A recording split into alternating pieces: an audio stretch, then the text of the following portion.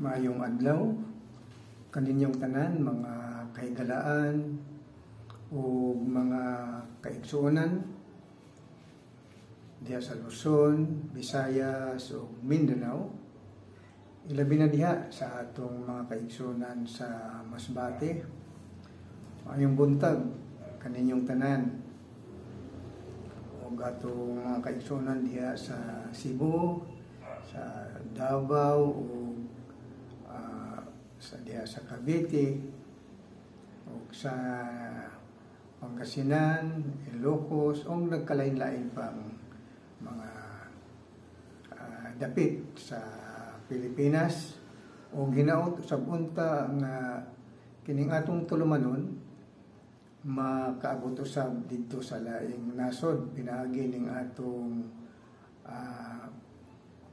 pagsangyaw sa pulong sa Ginoo pinaagi sa social media, Facebook o YouTube. So, mga higala o mga igsuon, ang atong panag-istoryahan karon mao ang ikaunong bahin sa atong Cebuano Bible Study o atong padayonon kini pinaagi sa atong tulumanon dinhi sa segment sa atong Cebuano Bible Study. Ang atong panag-istoryahan may tungod kini sa kinaiya sa Dios. Sa wala pa matukod ang langit, kalibutan o tanang mga butang. So ang Dios mga higala, siya walay sinugdan ng Ginoo ug siya man usab walay katapusan.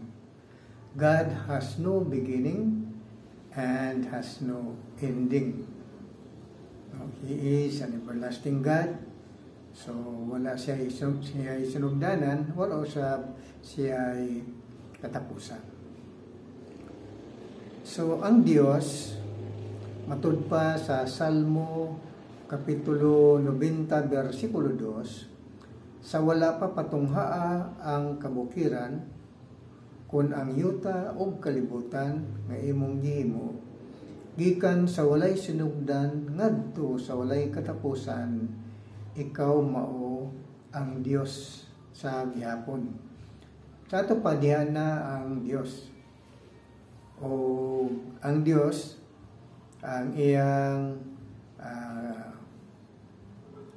kinaiya, the nature of God, siya espiritu. Sumala sa Juan kapitulo 4 bersikulo 24. Ang Dios espiritu o ang magasimba kaniya kinahanglan managsimba diha sa espiritu o sa kamatuoran. Unsa man kining espiritu aron atong mahibaluan ang buti pasabot niini. Matud pa sa Biblia sa naisulat sa Oseas kapitulo 11 bersikulo 9, kay ako Dios man o dili tao. Sa ato pa ang Dios espiritu, dili siya tao. Kay ang espiritu walay unod o walay bukog, susama sa tao. Lucas 24:39. Sa ato pa ang Dios usa ka espiritu o ang espiritu dili tao. Sa ato pa ang Dios dili tao o kay tungod ang tao wala adunay unod ug bukog, unya ang Dios kay dili man tao, wala siya unod, wala pud siya bukog. O dili siya makita. Sa ato pa, invisible ang Dios. Walay tao nga makakita kaniya. O sumala sa balaan nga kasulatan, tungod sa ang Dios nga Espiritu, dili man siya tao, o wala siya unod, o walay bukog, apan sa iyang pagka-Dios, aduna na siya'y uban kaniya ang iyang gahom, pulong, kaalam, kinaadman o salabutan. Sa ato pa, ang Dios iya ang tanang gahom o tanang kaalam iya usab, ang kinaadman iya man usab o mauman usab ang salabutan. O siya adunay tingog nga makasulti siya aron makalitok siya og mga pulong. So mao kana ang kinaadman sa Ginoo. Mga higala bisan dili siya makita, bisan invisible siya, kapan kay ana kaniya ang gahom, ang pulong, ang kaalam, kinaadman o salabutan. Mao kana ang kinaiya sa Ginoo. Busa sa panahon sa Old Testament,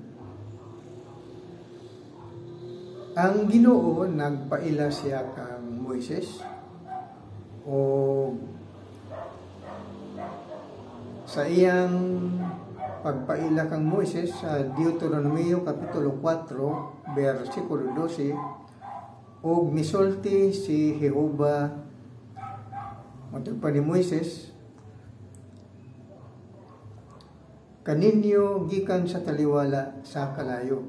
Buti pasabot ang ka-istorya usab dito ni dinhi ni Moises, mao ang mga Israelita kauban sila dihang naging istorya ang Ginoo kanila.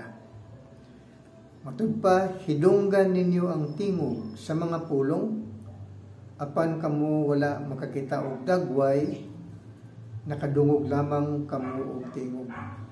So, sa Old Testament times, ang Ginoo dili makita kay wa man siya dagway, kay dili man siya susama sa tao nga adunay dagway, adunay unod o adunay bukog. Kapan lang aduna siya mahibaluan nga ana siya tungod kay mahidunggan man ang iyang tingog. Nakikistorya man sa ila ang Ginoo. Busa matud pa ni Moises sa mga Israelita sa Deuteronomio Kapitulo 4, versikulo 12, o misulti si Jehova kaninyo gikan sa taliwala sa kalayo, hidunggan ninyo ang tingog sa mga pulong, apan kamo wala makakita og dagway, nakadungog lamang kamo og tingog. Sa ato pa mga higala, tungod kay gihuptan naman sa Ginoo, ana naman kaniya ang tanang gahom, tanang kaalam,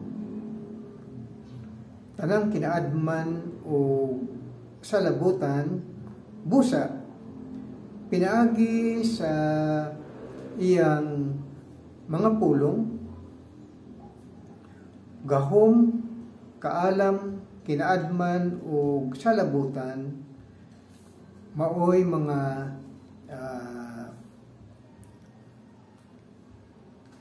instrumento sa Ginoo sa pagbuhat sa tanang mga butang.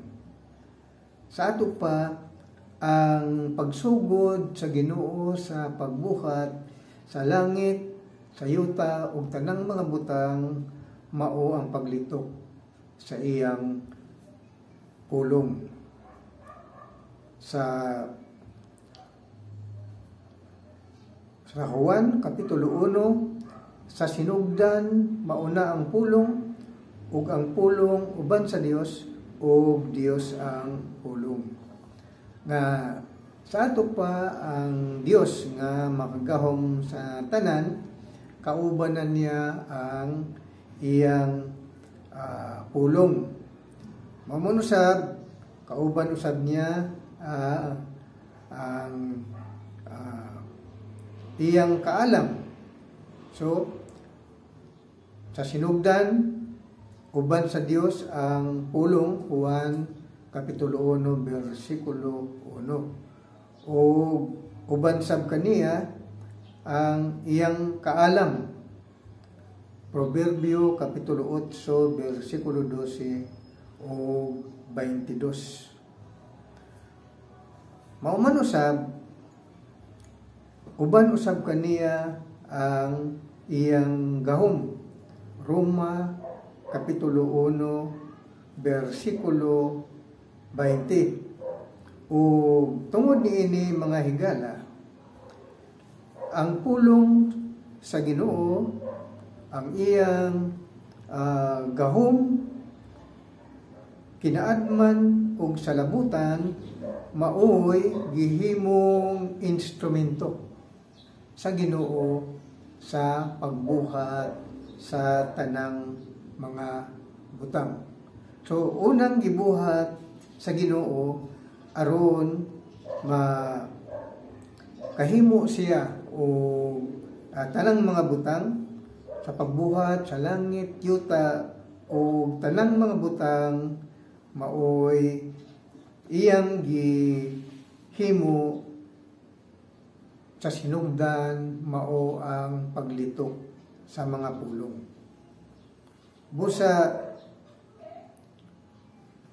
sa Jeremias Kapitulo 10, versikulo 12, gibuhat niya ang yuta, pinaagi sa iyang gahom, gitukod niya ang kalibutan, pinaagi sa iyang kinaadman, gibuklad ang kalangitan, pinaagi sa iyang salabutan. O kining iyang pulong, gahom, kinaadman o salabutan, mao kini ang ginatawag nga Kristo sa Dios. Sa ato pa ang Kristo maoy gahom ug kaalam sa Dios.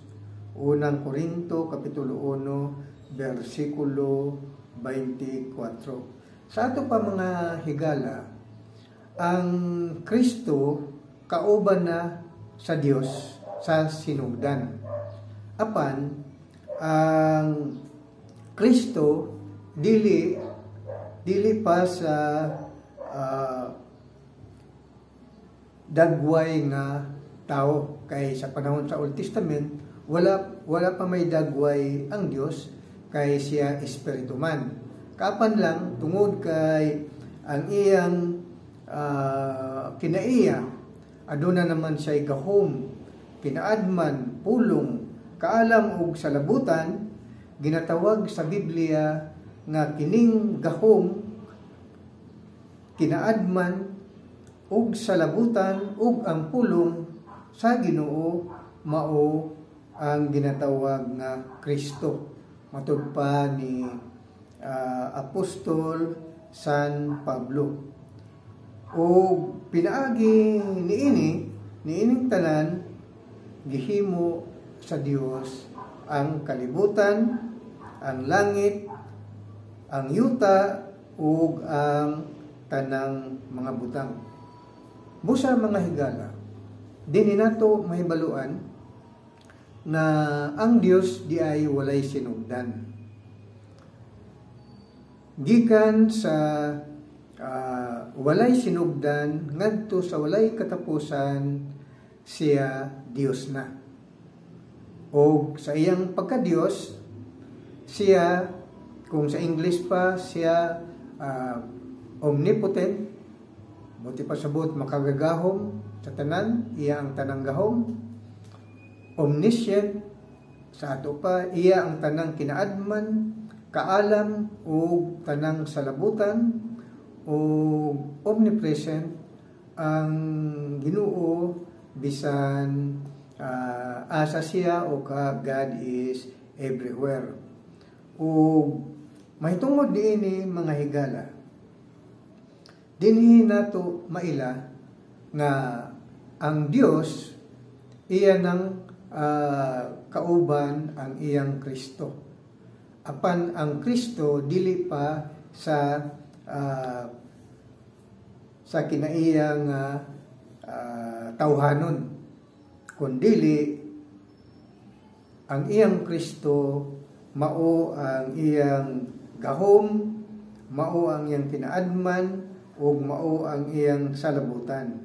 Og pinaagi sa iyang Kristo, iyang gihimo, gibuhat niya ang yuta, ang kalibutan, gibuklad ang kalangitan, ug gihimo ang tanang butang. Busa mga higala,